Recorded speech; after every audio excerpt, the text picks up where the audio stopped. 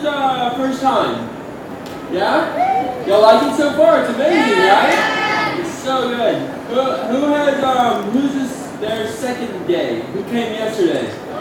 Thank you for coming. It's definitely a blast, and this has been an amazing time, and it's such an amazing turnout. And we're all, the performers and everyone is definitely enjoying it, and you are a big part of that. So thank you for attending, and hope everyone's well. So.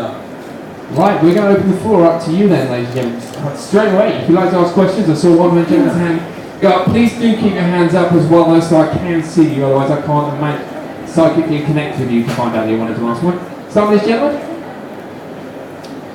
You've done a great role on the show. You were brilliant. How has the show actually changed your life? It gave me a career. I wouldn't have, or even be here without Breaking Bad. There would be no point, and I wouldn't have the access that I have without the show. And it's interesting because in the acting community, you hope to continue to work and move forward. And when you get a project, it's so nice. And when you leave it, you're like, what am I going to do now? But it always turns around, it always continues to come back, and we were very lucky to have what we had, and it's never dull. So. We have a question just at the front. Hi, yeah. Will Walt Jr. appear in the spin-off series Better Call Saul? No, sadly enough, that is a prequel. So if I was in it, I'd be a baby, or I'd be in a movie. But no, I'm really excited. I know it comes out in February in the States. I think, don't quote me on that one. But I'm really excited. I know they're done filming, and I'm interested to see how it turns out. A question in the front. Hi, what was the most awkward moment for you on the set of Breaking Bad? I think having Brian pull up my pants was fairly interesting. Especially, I only met him twice. That was the same time meeting him. And I think it's grown men pulling up teenagers' trousers. So I think it can be a little bit awkward. Very small room, two men, pants down.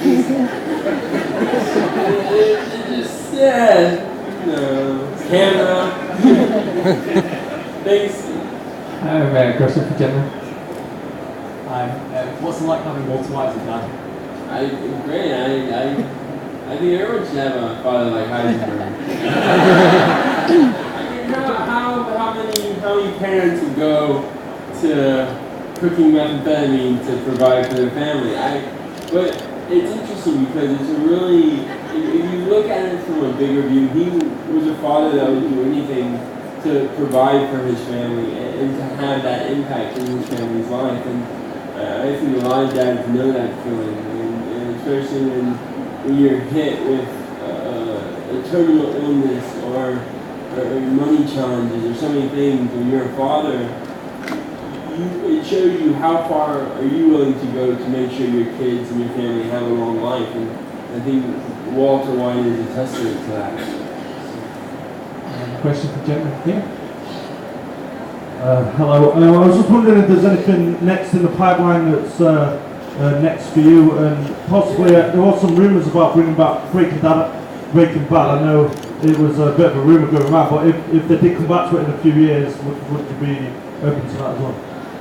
See, this is the thing. I don't know if what we had in the show was once in a lifetime. We will never be able to recreate what we had. No matter how much we would love to try, leaving and coming back, we could never have the exact same thing that we had with Breaking Bad, because time has gone by. But it depends on the story, and it all depends on what they have. I would love to, and I miss it, but I'm happy that it's over. I'm happy that we have an ending, and that it's continuing to grow, and it's giving us all different directions to look towards, and I'm working. I'm shooting on I shot a movie in August, right before August, called Who's Driving Doug. We'll see how that turns out. I shot a movie about a week ago, well, not a week ago, like a month ago. And time in my world really doesn't exist. It's like time, like hours, days, weeks, months, years, they all just kind of blend together. So it happens. But I caught Dixon and I was shooting in Jackson, Mississippi, actually Pearl, Mississippi. And if anyone goes to Mississippi, stop by Pearl. You'll have a very interesting time. But yeah, I'm just always working. I have meetings in London actually tomorrow, so I'm meeting tonight to go to London, and I'll be there until the 1st, I think. So we'll see. We'll just keep on working. That's all I can hope for. And any actor tries and wants this enough, and the goal is to continue to propel yourself, continue to push forward, continue to try to get and keep auditioning and working and honing your skill and your talent. So I can only hope to keep on moving forward. A question from the class in here. What was your favourite episode in Breaking Bad to record, and is there any lines that you had to say that stood out to you? I love the pilot. The pilot is my favorite episode. I love it from the beginning, and it really, the first season is definitely my favorite season. I think the most line, and I say the most when I sign a lot, is happening one day. That's definitely the one that sticks out. But there's so many things, and each time it keeps getting better. As we were filming the show, they kept getting better and better, and more dynamics in the characters, and it just was. We had an amazing time. We really did. I can't stress how lucky we were to have what we had, and to be able to present the quality of work that people enjoyed. And when you go and you're filming, you don't know how people will receive what you're doing, and you can only hope that people love it as much as we love filming it. And it took a little bit of time for people to catch on, but I think people understand that. So. And question off to the side. Hi, big fan. Thank you. I was asking, how was an experience in such a good TV show? It was fun. I'm lucky that I had a job. Working on television and film is very interesting because I don't like to be me. I like to be other characters. I don't want to be me. I'd much rather be other people, and I find that working in this industry gives me that opportunity.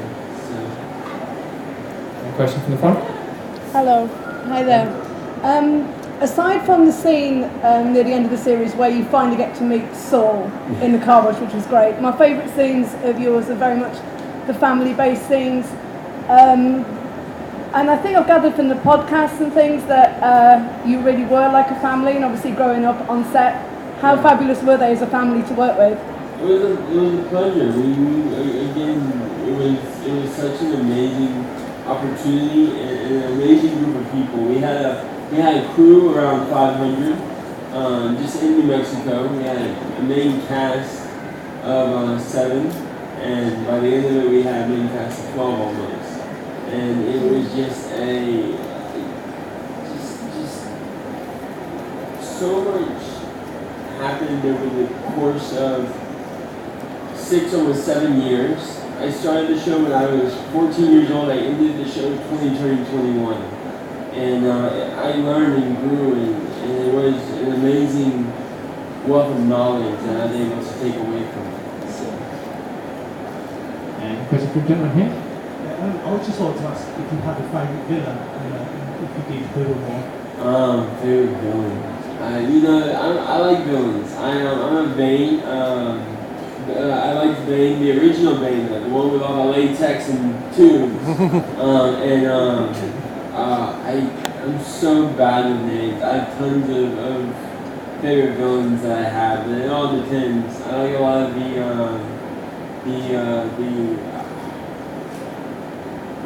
DC villains. Marvel villains are to me, I like Marvel villains, but DC villains to me are just, they have so much more character and life in their movements and their actions. So. We have a question from the Stormtrooper here. Hello. This is referring back to you saying how you enjoyed how your character goes. Hang on, I can't word this right. I've been trying to word this right the whole thing. You're good. Your character ends up preferring, in a way, Walter White as a favourite parent. At the end of everything, the society seems to turn its back on Skyler, who would actually be in the correct logical mind in this situation. How has that affected, not only you as a person, but you feeling how society actually turned against the one who was actually in the right? Well, it's interesting. Who hated Skyler? Why?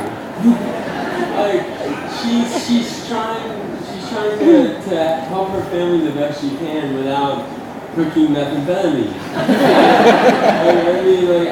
That sounds like a good mom to me. I don't know about you, but I didn't help my mother when we cooked meth.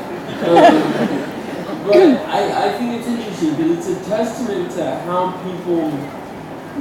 people see an anti-hero and how people see people. And what's funny is you have a man that has killed 170 something people firsthand, not including the hundreds of thousands of people he has killed using methamphetamine, because he was making a lot of it and it was going everywhere. So when you have something like that, destructive drug like meth, you destroy so many lives that he doesn't even know about. But I find it interesting that how people didn't like Skyler. I love Skyler's character. Skyler is actually one of my favorite characters. And Anna Gunn is truly remarkable what she did with that character, because she took a character that people are supposed to love and she gave it this twist, and it was really interesting to see how people took it. And I enjoyed what she did with it, and I love Skyler. But it's funny though, people gravitated towards hating her as much as they did, and they loved and glorified Walt in their own way without realizing they're glorifying a mass murderer. So it's weird, but it's society today though. It's how people look. We're in a very desensitized world when it comes down to it, and not everyone thinks in logic. So. A question for the gentleman here. Hi, I just always wanted to ask, why was everything with Marie's purple? Everything. Well, I think Betsy was a little bit behind that as well. Betsy played Marie. I think she was like, she was like, if Marie's gonna have a color, it would be everywhere. So it was. And it's hilarious because you walk into that house, the plates, the carpets, the furniture, everything was just purple. And I like purple, but there's a time and place when it's just too much is too much. But I think that's really behind that. So. We've got a question from a lady here. Why do you think that Walt had that relationship with Jesse? I think Jesse gave him an out. Jesse was his surrogate son, where he could go and do things that he couldn't do. He could be who he was with Jesse, but he could not be who he was with his family. And even up until the end, he wasn't who he was. He was still trying to manipulate and use them. And the idea of what he was doing was right in the beginning, but over time, his idea of making a difference in his family's life got corroded. And I think the family dynamic of Walt and Jesse grew, and that's what he came to love and know, and it gave him that out. And that's why I think he gravitated towards that. And it's interesting because if they met, I don't know how Walt Jr. and Jesse would do, being this brother. These two are technically brothers in their own way, and one is seeing their father in a whole other world than the other, and it's interesting because I find that it's actually very tragic, more so than people care to to realize Breaking Bad is actually a very sad story if you look at it and you break it down. But it's real. And people do get like that. People do develop relationships with other families in a sense. And that's one thing I loved about Breaking Bad is the realism that we had with the show and what people saw of the show and how it related to people in their everyday lives. So. I got a question for you right here. With each passing series that the fan base kind of grew, did you feel the pressure on set to make each series better than its predecessors? Yes and no. We knew what we had was an amazing product, and we didn't have to work that hard to give that because the scripts were so amazing. The people that we were working with, they pull it out of you, and when you start working with them, when you work with the best, you give the best, and you learn and what you have to do in that scene to get to that level. And we had such a blast doing it. And there would never be another show like Breaking Bad, ever. But the thing is, we had our ending, and we were able to give that and show people that, and people loved it, and I hope people loved it, because I did. And I find it was an amazing opportunity of scripts of a lifetime. I recommend if you get the opportunity, read the pilot. I love the pilot. It's an amazing piece of literature, and it's an amazing read. It really is. But, Okay, question for this lady here. In the show, Walt Jr. really loves eating breakfast. What's your favourite thing to have for breakfast? I'm a bacon fan, so I enjoy some bacon every once in a while. But my thing is, I never really eat breakfast. The only time I ever eat breakfast is between the hours of 12 a.m.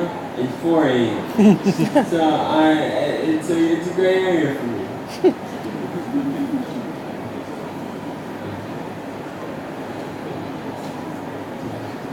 Okay, we've got a question from a gentleman here. He said to ask, when they were casting for Breaking Bad, were they looking for somebody with cerebral palsy, or was that something that they got just in the auditioning? Yes, they were. They were looking for someone with a disability. My character is actually based on a friend Vince had in college. He passed sometime after, but it was a memory of him, and it practically described me. It said dark hair, big eyebrows, and mild cerebral palsy. I'm like, I got all that covered. that's me. And I went in, and there was other people with disabilities, and I was one of them, and it was nice. It was nice to have, because having a disability is such a wealth of knowledge. I wouldn't have this job without my disability. I wouldn't be able to do what I do today without my disability. I wouldn't know how to do it without it. So I was very lucky to have it in a sense where I could grow and learn from it. And it was nice to be able to be on some crutches and just kind of power around with less exercise. But it's funny, in my other roles though, check this out. So on Breaking Bad I was in crutches. I was working on a show called Switch's Birth on ABC Family in the States. And I'm waiting for a callback, see if they want me to come back. But I played a character that was in a wheelchair, a hand wheelchair. And I just shot a movie not too long ago called Who's Driving Doug, where I played a character that was muscular dystrophy in a motorized wheelchair. So the next job I would really like is a coma. Just be like, oh, I'm gonna go to work. Just pass out, go to sleep. What's the worst thing that can happen with that? But it's never dull, and it was really nice I was able to use my disability in Breaking Bad. So. We've got time for just a couple more questions, so we're going to start with this gentleman here. Hi, was there one particular storyline in Breaking Bad that you wish you had more involvement in? I would love to cook some dinner. I would love to be able to do a scene in the super lab. I love the lab, man. That was my favorite. My favorite set was the super lab. It was amazing. They did such an amazing job, and a lot of it was all real equipment. So it was a shame when they tore it down. I was like, we can't utilize this. We can extend our budget by thousands of dollars. But when they took it down, it was sad because if y'all haven't seen it, they blew it up. It happens. Things blow up in our show. Now, final question from the young man here. What was it like when Walt stole Skyler from Skyler? You know, that was a very rough scene. And in the show, we've had a few rough scenes, but it was sad. And when he's ripping the baby away and running out the door, I feel so bad for the baby because when Annie comes, she's banging on the window, and the baby that freaked out. It was perfect for the scene. But we probably traumatized that child for life. But it turned out to be amazing, and it took him a little bit longer to warm up to Aaron Bryan again after that, because the scene was just so traumatic, and it was just such a harsh scene. And that's the thing about the show: we go into these dark places, and we come out of them, and we come out fine, but it takes a toll on your body getting to that level and getting to that place of your mind, because it does affect you. It affects you as a person, and how it affects your whole day, and it can throw you off, but you have to be able to relinquish it and recover from it to go into your normal life. So when you have those scenes, it's very, very risky and dangerous, but it's so much fun. I have an affinity for tears, I like to say. Because if someone's not crying in a scene, that's how you know you did a good job when someone's crying. Because it's either one of two things. It's horrible and they're crying to leave, or they're crying because it's so good and you can see it instantly. And that scene definitely made a lot of people cry. So. Ladies and gentlemen, please join me in giving a massive round of applause to the two.